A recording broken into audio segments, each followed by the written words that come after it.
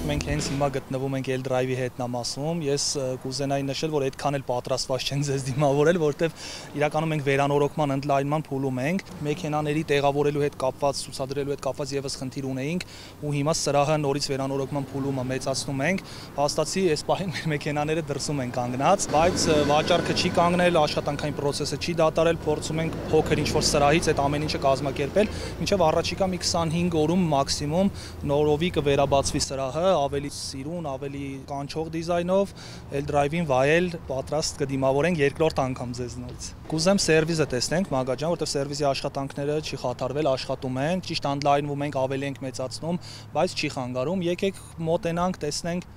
ինչ սերվիզ է մատուցում L-Drive-ը իր հաճախորդներին։ Նշեմ, որ մեքենաները գնելու դեպքում 3 տարվա գործարանային երաշխիք են ստանում, ու այդ երաշխիքի ապահովումը ամբողջությամբ կատարում է L-Drive սերվիզը, համագործակցելով ռուսական եւ չինական խոշոր ընկերությունների, ովքեր սպասարկում են էլեկտրական մեքենաներ։ Իսկ այստեղ սպասարկվում են մեքենաները միայն, որոնք ձեր սրահից են գնված։ Միանշանակ ոչ, բացի այն, որ մեր մոտից են գնել, նաև Հայաստանի ցանկացած սրահից գնված կամ ուղղակի մարտիկան իրանք են ներկրում ու սպասարկման կարիք ունեն, այդ դեպքում L-Drive սերվիզը ամենալավ օգնականն է։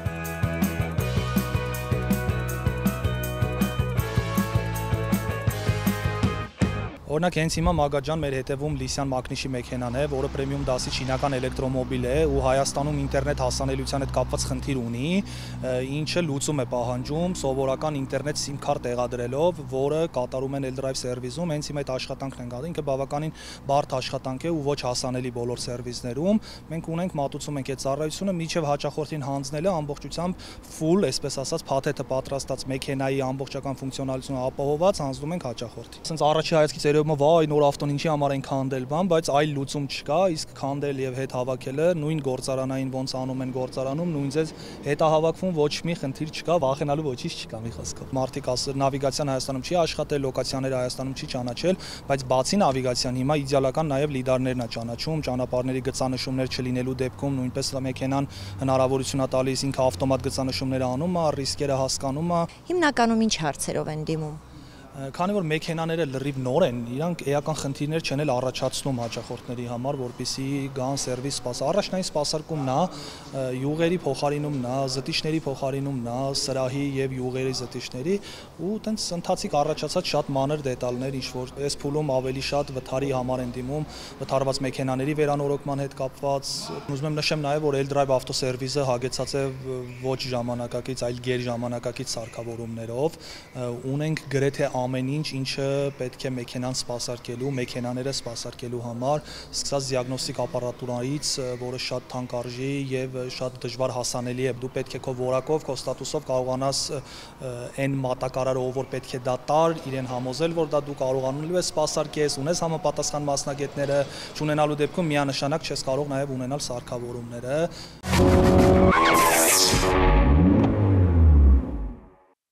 Այսօր բավականին շատ են ավտոսրահները, որոնք առաջարկում են էլեկտրական ավտոմեքենաներ։ Ինչու ես պետք է օգտվեմ հենց L-Drive-ից։ Հարցը շատ ակտուալ է ու շատ հետաքրքիր իմ համար, բայց առաջարկում եմ աշխատասենյակում բոլոր հարցերին պատասխանել, որտեղ ինքը ծավալուն է, միասին կսրճենք նաև։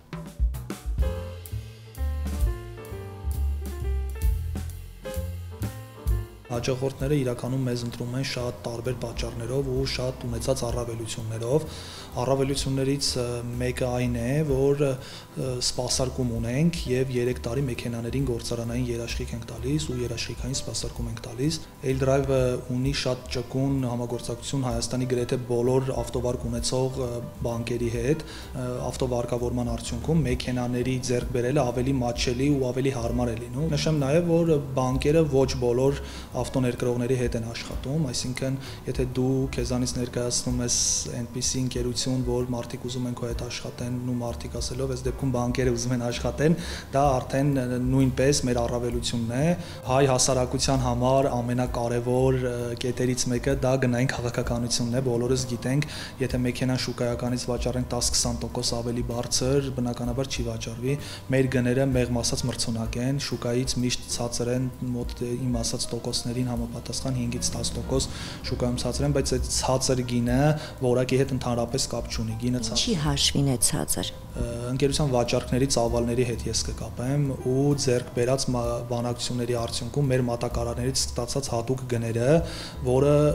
բնականաբար շուկան թելադրում է այնպես, եթե դու շատ ես գնում, կարողանում ես ունենալ ցածր գին։ Եթե շատ ես վաճառում, բնականաբար շատ ես գնում նաև Չինաստանից, իսկ այդ ամեն ինչի ֆոնին մատակարարները համաձայնվել են մեզ տան մրցունակ գներ ու հնարավորություն են տվել մեզ հայկական շուկայում մրցակցել շատ ավելի լավ պայմաններով։ Շատ կարճ ժամանակում ձեզ հաջողվեց լինել, եթե ոչ առաջատարը, գոնե առաջատարներից մեկը։ Ինչով է պայմանավորված։ Այդ բոլոր գործոնները միանշանակ ազդում են ու այստեղ չեմ կարող չշեշտել թիմի պրոֆեսիոնալ լինելու մասին, որտեղ թիմը գերպրոֆեսիոնալներ են աշխատում, ամեն մեկը իր ոլորտում ու բոլորը սրտացավ, ամեն մեկը իր ուղղությամբ շատ լավ բարձր տրամադրվածությամբ աշխատում ենք բոլորս միասին ու կարծում եմ, որ այդտեղից սկսում է այն ամեն ինչը, ինչ մենք այսօր ունենք ու մի տարում իրականում չեմ պարծենա, բայց կասեմ, որ մեկ տարում իրականում առաջատարն ենք։ Այդ ամեն ինչը փաստեր են, որը ամրագրված են պետական որոշ մարմիններում, հաշվառման քննական կենտրոնում օրինակ կարող եք տվյալները հանել ու համոզվել, որ ինչ ասում եմ այստեղ այս կաբինետում ամեն ինչ իրականության մեջ է։ Առավելություններից կարող եմ նշել նաև սերտիֆիկացման մասին, որ ընկերությունը բլրի վերջերս ստացավ ACE սերտիֆիկատը, ինչը հնարավորություն է տալիս իրավաբանական անձանց բանկերի միջոցով իրենց գնումների կատարածի 10%-ի չափով հետվճար ստանալ, դա շատ կարևոր է, նամանավանդ բիզնեսի դեպքում մարդիկ բիզնես գործունեության են ծավալում մեծ լոգիստիկ ընկերություններ են, մեծ դիստրիբյուտորական ընկերություններ են, ովքեր առաքումներով են զբաղվում, իրենց բեռնատարները պետք գալիս, այսինքն 30-40 մեքենա գնող ընկերությունների մասին եմ խոսում ու 30-40 մեքենայի ընդհանուր ֆոնդի 10% գումարը բավականին մեծ խնայողություն է տարվա կտրվածքով, ինչը հնարավորություն տվեց վաճառքների ծավալները էլի ինչ-որ տոկոսով բարձրացնել։ Մագա ջան, իրականում սերտիֆիկատի ստացման փուլը բավականին բարդ էր մեր համար, պահանջները շատ մեծ էին, պահանջներին հասնելու համար աշխատանքը տարվել շատ մեծ ու հասել ենք այն ամենին, ինչ հիմա փաստացի ունենք։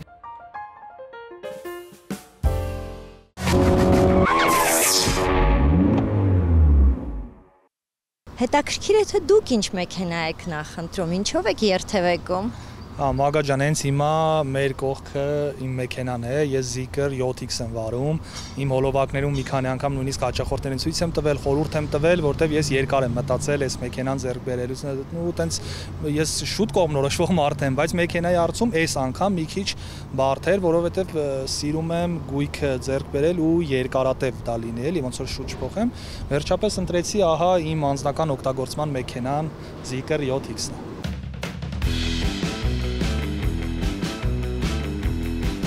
Թեև այսօր օրենքի փոփոխության հետ կապված այլևս հարկ չկա ներկայացնելու փաստաթղթերը, այնուամենայնիվ ավանդույթի համաձայն ես ստուգում եմ վարորդական իրավունքը եւ մեքենայի տեղ անձնագիրը։ Խնդրեմ։ Ունեմ, ես շատ կարգապահ վարորդ եմ, դա նշեմ, ես շատ քիչ եմ ակտավորվում, կարող է տարին 1-2 անգամ մաքսիմում, ու դա լինելու է հիմնականում երկրորդ գծի կայանում գիտակցաբար խախտում։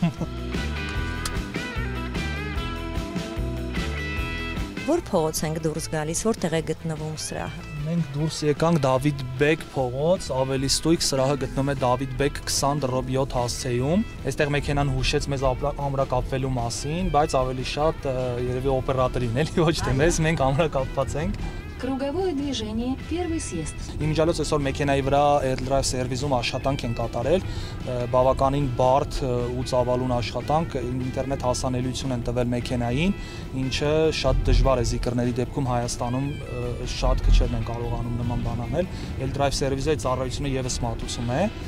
Նկարահանման ընթացքում Լիսյանին ծանոթացանք, ինչ էին անում, այդ նույնը Zeekr-ի մասով ավելի բարդ է, մոտավորապես մի 10 անգամ, բայց այսօր իմ մեքենան առաջի փորձարկումն անցավ ու մենք արդեն տեսնում ենք, որ 4G հասանելիություն ունի, Yandex նավիգատորի, չգիտեմ, ինտերնետ ցանկացած հավելված կարելի է ներբեռնել արդեն մեքենայի մեջ, ոնց որ հիմա մենք սմարթֆոն ենք վարում էլի ավելի շատ։ Այստեղ ուզում եմ ֆիքսեք այն հարցի պատասխանը, որ ասում են լիդարները Հայաստանում չի աշխատում, նայեք, մարդկանց նկատումը կանաչ լույսի առկայությունը հուշում է, չնայած որ այն չէր երևում, ես իմ համար անզեն աշկով դիտարկելի չէր, էլի։ Գծանշումները միանշանակ, մարգատը միացնելուն պես իմ մոտ հայտնվեցին կամերաներ, որը ցույց տա տալիս իմ 4 կողմը, Այսինքն ես էլ կարիք չունեմ հայելիների մեջ նայելու, միանգամից էկրանով կողմնորոշվում եմ։ Քանի տեսախցիկ կա։ Քանի տեսախցիկ կա, կոնկրետ այս մեքենայի վրա դժվարանում եմ ասեմ, բայց երևի թե 12։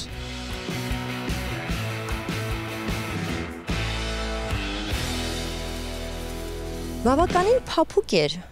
Մեղմիչներ են, թե բարձիկներ։ Եթե մեղմիչը նույն ամորտիզատորն է, ապա ամորտիզատորներ են, մեղմիչներ են, բայց մեքենան ունի հնարավորություն հատուկ պատվերի դեպքում մենք հաճախորդի ցանկությամբ կարող ենք նաև բարձիկներ դնել։ Շնորհած այս մեքենայի մասով կարծում եմ կարիք չկա, որտեղ ինքը զգացնել չի տալիս, որ մի բան է ինչ չի, էլի դուք ինքներդ նկատեցիք։ Տեխնիկական բնութագրից խոսենք։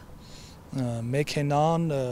լիակարշակ չի, հետևի անիվներն են, մենակ որպես քարշակ։ Մեքենան հայաստանյան նորմերով 422 ձիաուժ է, ինչը նորմալ չի ու բողոքի մեծ ալիք կա հենց հիմա բարձրացած, որովհետև ձիաուժերը ճիշտ չի հաշվարկել այդ ստանդարտներով։ Աշխարհի երևի թե միակ երկիրն ենք, որ այս մեքենան 422 ձիաուժ է, ինքը միջին նոմինալ հզորությամբ պետք է լինի մոտավորապես 190-ից 220 ձիաուժ, 30 րոպե աշխատանքի էքսպերտից հետո։ Բայց ունենք այն ինչ ունենք, կարծում եմ մոտ ապագայում կունենանք այդ հարցի լուծումը, որտեղ աշխատում ենք այդ ուղղությամբ, շատ ակտիվ ենք աշխատում։ Համապատասխան մարմիններին նշեցի արդեն ներկայացված է բողոքը, գրավոր տեսքով, նաև բարձրաձայնելով, այսպես պարբերաբար հանրայնացնելով,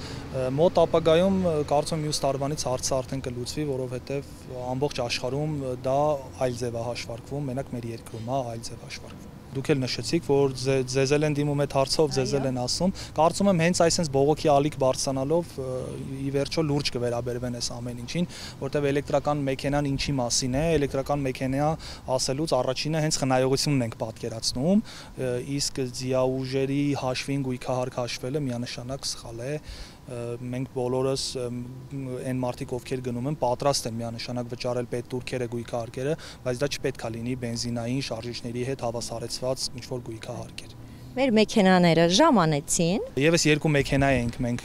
ասել, որ բերեն այստեղ տղաները, որպեսզի նկարահանենք, մանրամասը ուսումնասիրենք։ Eldrive ընկերության մեքենաներն են, բիզնեսի զարգացման ղեկավարի մեքենան է եւ մեքենա, որը պաշտոնատար անձանց գործընկերների, մեր գործընկերին դիմավորելու, ճանապարհելու համար է նախատեսված, պրեմիում դասի մեքենա է։ Մեկ լիցքավորման բնարավորություն է տալիս մեքենան վարել մինչև 780 կիլոմետր։ Դա իր գործարանային հեռահարությունն Այս հարցն էլ է հաստատ շատ ակտուալ, բա ինչի՞ եմ ես քիչ վարում այդ մեքենան, բա ինչի 780-ն նշված, ես ասենք 600 եմ վարում, ուզում եմ մեր հեռուստադիտողներին նշեմ, որ ամեն ինչ նորմայի ստանդարտների մեջ է ամեն ինչ, դա այդպես էլ պետք է լիներ, օրինակը կարող եմ բերել բենզինային շարժիչների դեպքում, երբ որ վարելու ձևից կախված դուք բենզին ավելի հաճախ եք լցնում, այսինքն մի քիչ դրիֆտի սիրահարեք, մի քիչ արագության սիրահարեք, վազանց կատարելիս ավելի մեծ արագություն ենք տալիս, կիլովատի ծախսը ավելի ենք մեծացնում ու դրա հաշվին կարող են, բայց եթե ստանդարտները պահենք, այսինքն 90 արագության տակ ուղիղ ճանապարհը առանց ինչ-որ ագրեսիվ վարելու, մեքենան իր չափանիշները միանշանակ կպահի։ Ես դա անձամբ եմ փորձել, երբ որ իմ մեքենան քաղաքային պայմաններում այդ 770-ը քշում էի 550 կիլոմետր, իմ համար տագնապ էր դա, որովհետև ես ոլորտում եմ ու ես պետք է հաճախորդին ճիշտ բացատրեմ ամեն ինչ, ու ես երբ որ փորձեցի այդ նորմը պահեմ մինչև ստեղից Վանաձորով, լորին ամբողջ պտտվելով, շատ կամած իմ համար քշելով, ինքը շեղումը մի 30-40 կիլոմետրի էր ընդամենը, դա էլ նորմալ է։ Բացենք կապոտը։ Բացենք, ոչինչ չասող կապոտը։ Սովորաբար Մագա ջան, այստեղ պետքա բացեի ու հիմա դուք ասեիք 6, 12 է, չգիտեմ, շարժիչից խոսեի։ Ուղղակի վերնախցիկ, որտեղ կարելի է իրեր պահել, ու վсё, այդքան բան։ Այստեղից ունենք մենակ հնարավորություն մեր չոտկերի ողողիչների վրա ջուր ավելացնելու կամ լցնելու համար ու ուրիշ ոչինչ։ Մարտկոցները 100 կիլովատ մարտկոցներ են տեղադրված, բավականին բարձր որակի, ամենաբարձր որակի, սխալ արտահայտվեցի, տեղադրված են հիմնականում մեքենայի մեջտեղից ու հետ, ինչը հնարավորություն է տալիս հետևի քարշակ լինելով հանդերձ ծանրությունը ապահովել ձմռանը խնդիրներ չառաջացնելու նպատակով,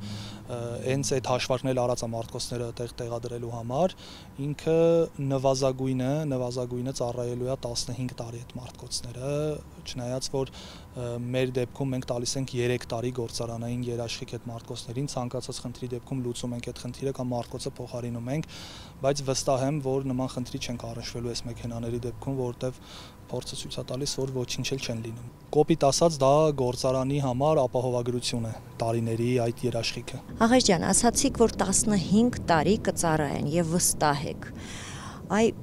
ոնց կարող եք վստահ լինել, եթե այս մակնիշները եւ այդ մարտկոցները դեռ չեն ծառայել 15 տարի։ Միանշանակ շատ տեղին հարց էր, որտեղ մեքենաները ընդամենը մաքսիմումով հաշվենք 5 տարի են շուկայում են, բայց եթե նույն սկզբունքով շարժվենք, ապա էլեկտրոտեխնիկայի նոր, չգիտեմ, ինչ-որ հայտնագործությունները, գյուտերը, որ գալիս են ու երաշխավորվում են, որ 10 տարի կաշխատեն, այդ ամեն ինչի հիմքում ընկած են փորձարկումները։ Այսինքն մարտկոցի աշխատանքը 15 տարի միջինացված օրական 7 ժամով վերցրել են ու դա աշխատացրել են ամեն օրով, եկել են ժամային հաշվարկով այդ 15 տարվան։ Մարտկոցները փորձարկում են անցել ջրի, ձյան, ցեխի, չգիտեմ, անտառային ինչ-որ տարածքներով, քաշ տալով, հետո մեքենայի վրա տեղադրելով, որ ինքը աշխատում է, տեստերից հետո այդ 15 տարին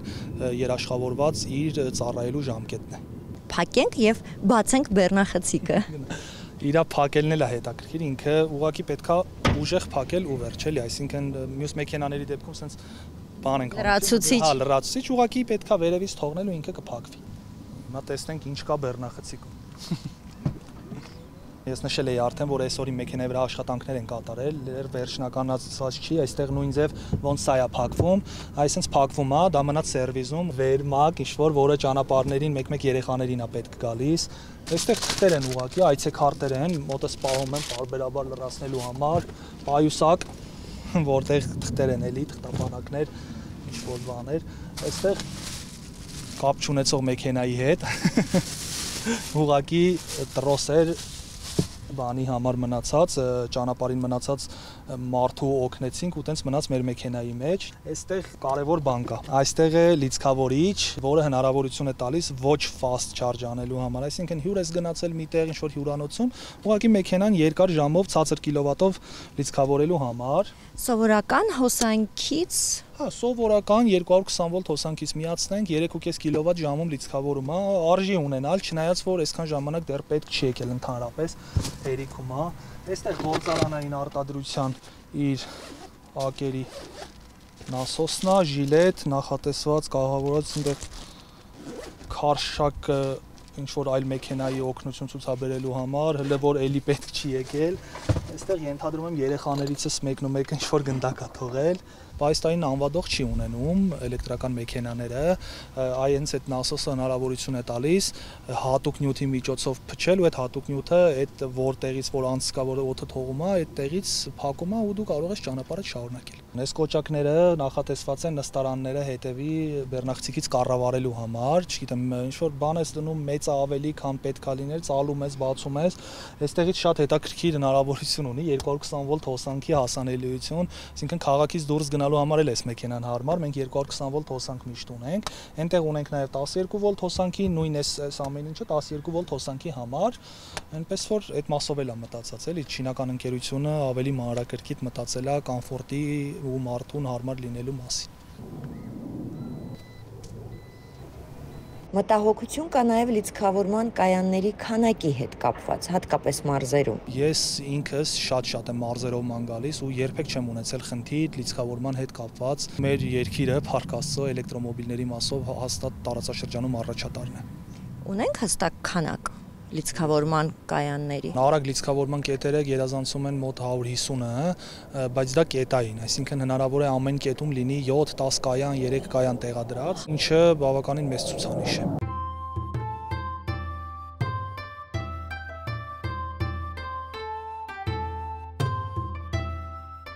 Այստեղ 3 տարբեր մեքենաներ էին լրիվ, իմ մեքենան, որը քաղաքային crossover էր, երկրորդը Hongqi EHS 9-ն է, որը ավելի բարձր դասով պրեմիում մեքենա է, նշեմ նաև, որ Չինաստանում առաջին ավտոարտադրողն է Hongqi-ն, կարծում եմ ձեր համար նորություն չի, որ ձեզ եմ դա ասում, եւ երրորդը Lysian-ն է, ինքը համեմատաբար նոր է շուկայում եւ արտադրում է հիբրիդային շարժիչով մեքենաներ, բայց դա մեր իմացած հիբրիդը չի, իրարից տարբերվում են երկու հիբրիդները, Lysian-ի դեպքում համարվում է ինքը էլեկտրական մեքենա, բայց շատ այլ մեքենաների դեպքում դրանք չեն համարվում էլեկտրական մեքենաներ։ Hongqi EHS 9-ը կառավարական մեքենա է, նախատեսված է բարձրաստիճան մարդկանց համար, հիմնականում Չինաստանի տարածքում ինքը շահագործվում է կառավարության անդամներին, նույնիսկ Չինաստանի նախագահը այս մեքենայով է շրջում։ Հիմա եթե մոտենանք մեքենայի ներսից էլ տեսնենք, կարծում եմ դուրսը արդեն գրավիչ է։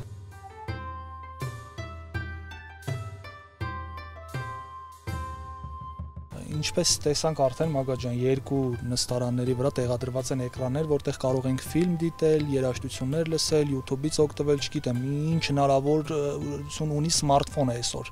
Ամեն ինչ այստեղ կիրառելի է, կարող ենք օգտագործել։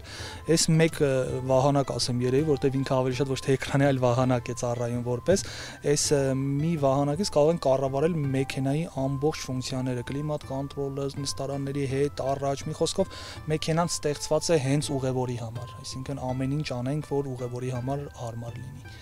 Ինքը շատ ընդարձակ հնարավորություն է տալիս նստարանը պարկի, ոտքերի համար հենման տեղեր, այս ձեր նստարանը, որի նստած եք կամ ես նստած եմ, հնարավորություն է տալիս, որ պարկենք ամբողջությամբ։ Վարորդի համար այնպես չի հարմար, չի, էլի շատ հարմար է իրա քշելը այս չափերի հետ, որ տեսակ ինչքան մեծ է, բայց մեկա շատ հարմար է իրան վարելը, իրանից օգտվելը, կայանելը, խելացի կայանման ռեժիմները, արհեստական բանականությունը աշխատում մեքենայի կառավարման հարցում։ Մի խոսքով ժամանակը հաղորդման երևի չհերիքի, եթե ամբողջությամբ տրամադրենք կոնկրետ այս մեքենային։ Մեքենայի տանիքը ամբողջությամբ բացվում է, հնարավոր է արևի լույսը անձեն աշկով տեսնել ու այդ ամենը էլի այս վահանակից է կառավարվում։ Հիմա ուղղակի մեկ հպում եւ տանիքը ամբողջությամբ բացվում է։ Բացի այն, որ վարագույրը բացվեց ու մենք ուղիղ կապ ունեցանք արևի ճառագայթների հետ, կարող ենք նաև ուղիղ կապ ունենալ քամու հետ, բացելով ապակին ամբողջությամբ, էլի մի հպում ուղղակի, այստեղից մեկ հպում եւ ապակին բացվում է։ Սա մեքենայի մինիմալ հնարավորություններն էր, որը մենք հասցրեցինք տեսնել, բայց մեքենայի ամենաշատը, որ ես հավանում եմ, դա դիզայնն է։ Արտաքին տեսքը ուղղակի խենթացնող է այս մեքենայի։ Համամիտ եմ։ Կարծում եմ կարծիքը իմ հետ կիսում եք, իսկ մատերիալների որակը թե ինչ նյութեր են օգտագործվել այս մեքենայում, կարծում եմ մենակ շոշափելով կամ անմիջապես կապ ունենալով կարող ենք զգալ։ Մեկ լիցքավորմամբ որքան կարող ենք վարել այս մեքենան։ Զարմանալի թիվ եմ ասելու, այս մեծ մեքենայի մասով 660 կիլոմետր կարելի է մեկ լիցքավորմամբ վարել այս մեքենան։ Դա իր նոմինալ վարելու հեռավորությունն է, երբ որ բոլոր ստանդարտները պահվում են եւ եղանակային պայմաններն մի փոքր ազդեցություն ունենում։ Ձմռան ցրտին եւ ամառվա շոքին մեքենան ինքնուրույն կառավարում է մարտկոցի հովացում տաքացումը, ինչի հաշվին կարող է մի փոքր լիցքավորման կորուստ լինի։ Բայց դա ոչ թե կորցնում է ցրտի պատճառով, այլ դա կորցնում է ցրտի պատճառով մարտկոցի պաշտպանության համար կամ շոկի պատճառով մարտկոցի պաշտպանության համար ինքը սկսում է մարտկոցը բերել այն դիրքի, որը որ անհրաժեշտ է, այսինքն շատ չտաքանա մարտկոցը եւ շատ չսառի մարտկոցը։ Ժողովուրդ ջան, դա նորմալ է, ուզում եմ ասեմ,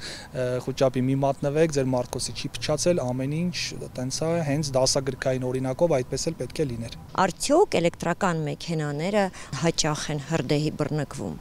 Մագաջան, իրականում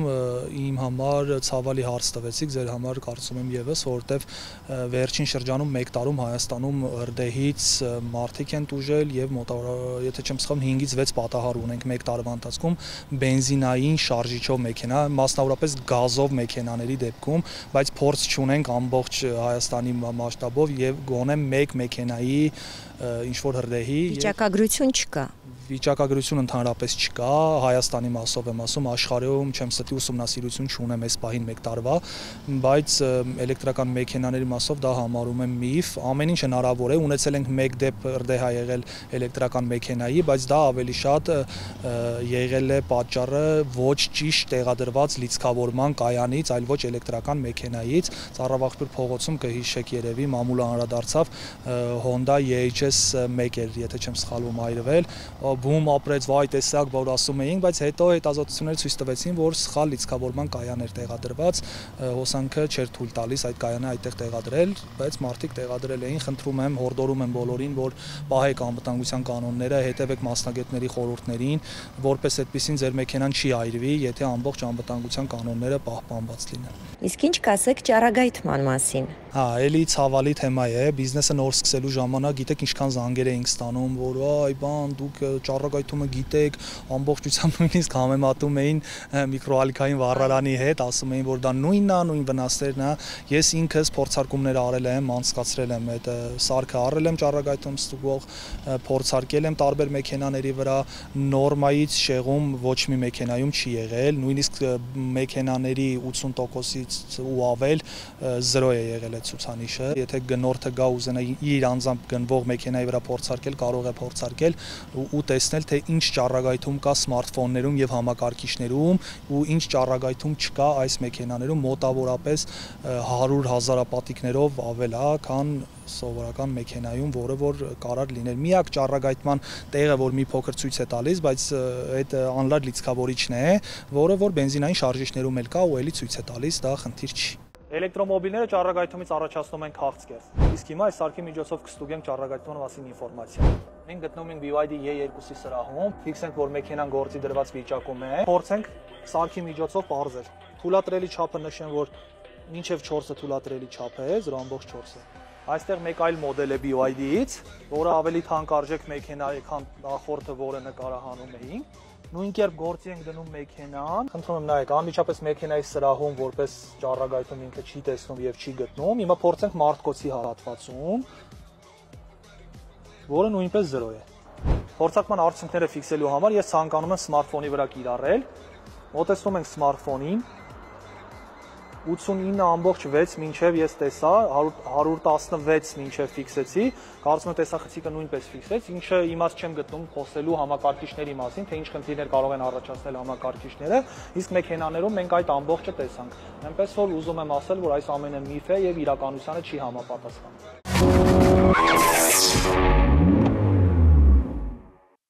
Էլեկտրական մեքենա է, բայց ունի բենզինային շարժիչ։ Կպարզաբանեք։ Իհարկե կպարզաբանեմ Մագա ջան, բենզինային շարժիչ ունի այս մեքենան, բայց բենզինային շարժիչը ուղիղ ազդեցություն չունի անիվների պտտելու վրա։ Մարտկոցների համար է նախատեսված, աշխատացնում է մարտկոցները։ Նախատեսված է հենց մարտկոցները լիցքավորելու համար, ինչը համարվում է էլեկտրական մեքենա։ Եթե մեքենան աշխատեր բենզինային շարժիչով ու այդ բենզինի ծախսը օգներ մեքենային տեղաշարժվելու համար, դա կհամարվեր բենզինային շարժիչով հիբրիդ։ Իսկ այն դեպքում, երբ որ լիթիան երբ որ այդ 1.5-ը չարչարվում է, աշխատում է ու իր արտադրած հոսանքը տեղափոխում է մարտկոց, այս դեպքում ինքը համարվում է էլեկտրական մեքենա։ Բացի կայանատեղերից, Հայաստանում այլ առավելություններ ունեն էլեկտրական մեքենաները։ Շատ մեծ առավելություններ ունեն Հայաստանում էլեկտրական մեքենաները, կայանատեղերը դուք նշեցիք, կարմիր գծերից ազատված են էլեկտրոմոբիլները, ազատված են ավելացված արժեքի հարկից, որը շուկայական արժեքի, մեքենայի շուկայական արժեքի 20%-ն է, մաքսազերծում են մեքենաները ընդամենը 15%-ով պլյուս 2% բնապահպանական հարկ, իսկ բենզինային շարժիչների դեպքում այդտեղ գումարվում է եւս 20%-ն է, դա շատ մեծ առավելություն է ու այս պահին դա կառավարության կողմից նախատեսվում է երկարաձգել մոտ 2 տարով, եթե չեմ սխալվում, ինչը մեծ հնարավորություն կտա մեր ժողովրդին արագ օգտվել, քանի դեռ մատչելի են, որտեղ այդ օրինագիծը չընդունելու կամ չերկարաձգելու դեպքում շուկայական արժեքը մոտ 20%-ով կբարձրանա։ Այսինքն լիթիանը ունենալով բենզինային շարժիչ միևնույն է համարվում է լիարժեք էլեկտրական մեքենա։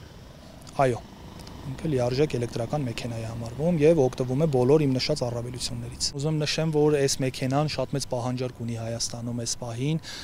ինքը լիթիանը, ինչպես գիտեք, ունի տարբեր մոդելներ, ինքը, ասենց ասեմ, մեջտեղի մոդելն է, լիթիան Elliot Ultra-ն է, որը շատ հարվեց հայ վարորդների կողմից։ Իրականում իմ հոլովակներում մի քանի անգամ այս մեքենան միշտ համեմատում եմ գումարի հետ, ասում եմ, այս ավտո ինչին ձեռս տալի, ոնց որ գումար լինի։ Իրականում այտենց է, հեսա որ անցնենք սրահ, դուք էլ կտեսնեք, շատ լավ մոդել է, շատ ստացված մոդել է, վախերը, որ այնուամենայնիվ մարդիկ մեկը ունենում են, որ վայ ճանապարհներին ենք մնում, ինչքան էլ որ դա այդպես չի, այս մեքենան այդ հարցն էլ է լուծում, հիբրիդային շարժիչ ունի, ինչքան ուզում եք բենզին լցեք ու վարեք։ Հիմա գիտությունը գնում է ավելի երկար վարվող մեքենաների ու կարծում եմ, որ 26 թվականին ըստ հայտարարությունների, էլի արտադրող ընկերությունների 2026 թվականին կունենանք արդեն մոտ 3000 կիլոմետր հեռավորության մեքենա, իսկ այդ ամբողջ հեղափոխություն բենզինաբանի ու բենզինային շարժիչների համար շատ լուրջ մրցակցություն է։ Լինելով Չինաստանում, ես տեղեկացա ավտոսրահներից, որ կան մոդելներ, որոնք արտադրվում են իրենց ներքին շուկայի համար։ Մեր տարածաշրջանի համար նախատեսված չեն։ Նման մեքենաներ շատ կան, հենց իմ որ մեքենան, որ ես վարում եմ, այդ մեքենայի օրինակով ասեմ, որ մեքենան արտադրված է ներքին շուկայի համար, բայց քիչ դեպքերում ունենում են նաև արտահանման տարբերակներ, որը կարելի է արտահանել ու դա արդեն գալիս ենք նրան, որ ով կարող է այդ մեքենաները ձեռք բերել։ Այն որ մենք այսօր ականատես եղանք ձեր սերվիզում կատարված աշխատանքներն հենց այդ կոդավորումն էր կամ ապա կոդավորումը։ Ինչին որ ականատես եղանք ոչ, բայց լինում են մեր մոտ դեպքեր, երբ որ մեքենաները գնվում են այլ սրահներից կամ ուղղակի մարդիկ իրենք են ներմուծում Չինաստանից, որը նախատեսված չի լինում արտաքին շուկայի համար, ներքին շուկայի համար մեքենաներ են գնում, այդ հարցը, այդ խնդիրը L-Drive Service-ում եւս լուծվում է, բայց խնդիրը լրիվ այլ է։ Այն մեքենաները, որոնք արտահանման համար թույլատրելի են, այդ մեքենաներում էլ կան խնդիրներ կապված տարածաշրջանի հետ, այսինքն ինտերնետ հասանելիությունը ուղիղ մեքենային չի հասնում եւ ստիպված ենք լինում SIM քարտեր տեղադրել, որը այսօր անում էին իմ մեքենայի համար եւ այն լիսյանը, որ մենք սրահում քանդած տեսանք։ Եթե համեմատական անցկացնենք այս 3 էլեկտրական մեքենաների միջև, որ առանձնահատկությունները կնշեիք։ Սկսենք իմ մեքենայից, Zikr-ի առանձնահատկությունը ինքը քաղաքային crossover է, շատ հարմար հենց վարելու համար, եթե դու ես վարում մեքենան։ Երկրորդը, եթե անցնենք Hongqi HS9-ին, այդ մեքենան նախատեսված է հետևում նստել վայելելու համար, իսկ լիսյանը հնարավորություն է տալիս 1300 կիլոմետր մեկ լիցքավորմամբ ու ամբողջական լիցքավորմամբ բենզին եւ հոսանք վարելու ու դրան կարեւորություն են տալիս վարորդները, այդ իսկ պատճառով այս մեքենային որպես առավելություն համեմատական մնացած երկուսին կասեմ դա։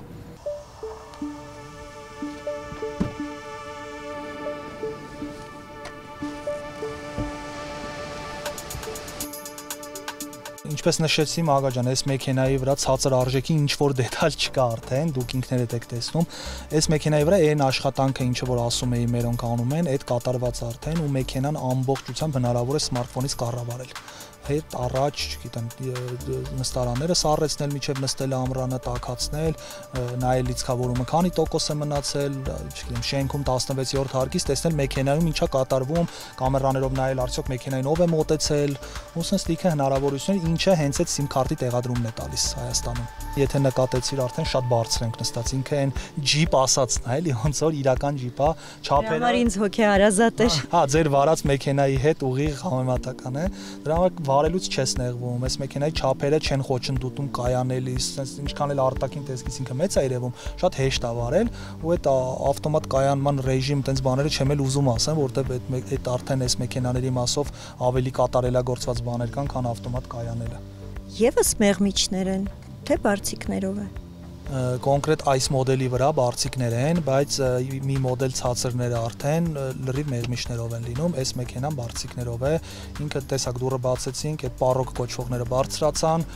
նստեցինք, հիմա փակելու ենք, մեքենան մի քիչ իջնի, դառնա քաղաքային, այստեղից կառավարվում է, ոնց ուզենք, ինչ ուզենք կարող ենք անել։ Լիակարշակ է։ Ինքը լիակարշակ է, այո։ Այս բարձիկների հատվածն եմ շատ սիրում, ինքը sense գլխին որ դնում ես շատ հարմար է։ Այդ թանկը գլխից էլ ես հասկանում, որ ինքը այդ նյութը ուղակի նյութ չի օգտագործած, ամեն ինչ մտածված է։ Նույնը հետևի մասով կարող եմ ասել էլի ընդարձակ, հետևը էլի մոնիտորով, այսինքն կարա որպես կառավարական մեքենա էլ ծառայի ինչ որ մարդկանց տեղափոխելու համար լրիվ նորմերի համապատասխանում է ու պահպանված։ Ամենապահանջված մոդելը ո՞րն է։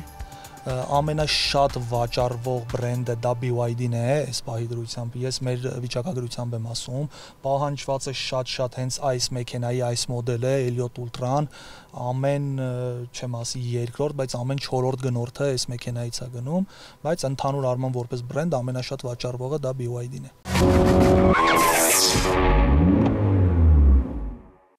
Վերջերս մենք տեղի ունեցավ L-Drive Fest-ը, կարծում եմ հետևել եք, գիտեք,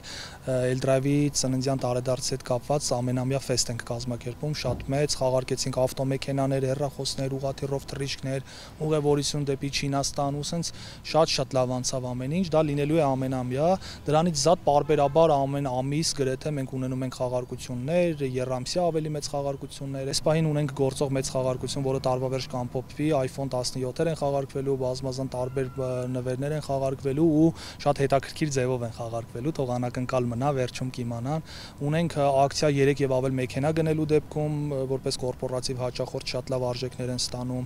Ունենք ակցիա այս պահին գործող, որ տաքսու վարորդների համար, որ եթե մեքենան գնվում է տաքսի վարելու համար ունենում են հատուկ պայմաններ եւ քեշբեքեր են ստանում, բոնուսներ են ստանում ու ընթացիկ ակցիաներ եւս մշակվում են, եւս ամեն ինչ անում ենք մի խոսքով, որ L-Drive-ը միշտ լինի առաջատարը ու հաճախորդների աչքին միշտ լինի վստահելի ընկերություն։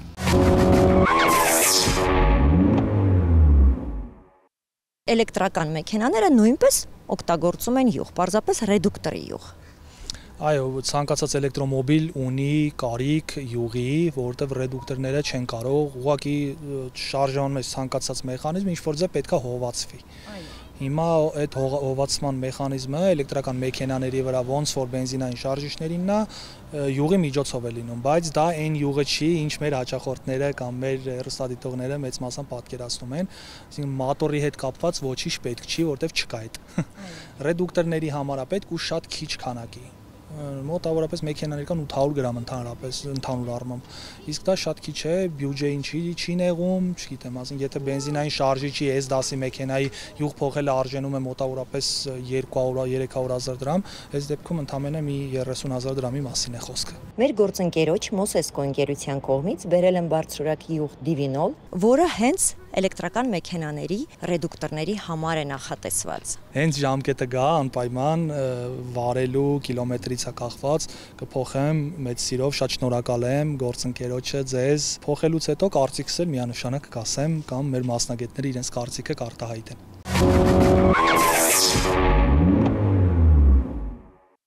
Աղաշ ջան, շնորհակալություն հյուրասիրության համար,